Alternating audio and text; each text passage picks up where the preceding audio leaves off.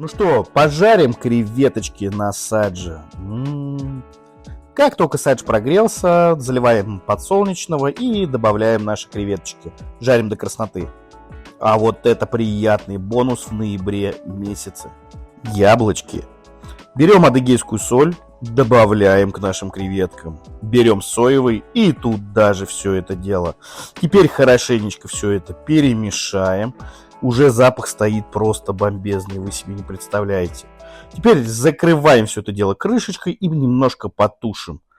А теперь посмотрите на эту красотень. Снимаем все это дело и, конечно же, пробуем. Вкуснотища просто обалденная. Ну что, пожарим креветочки на садже.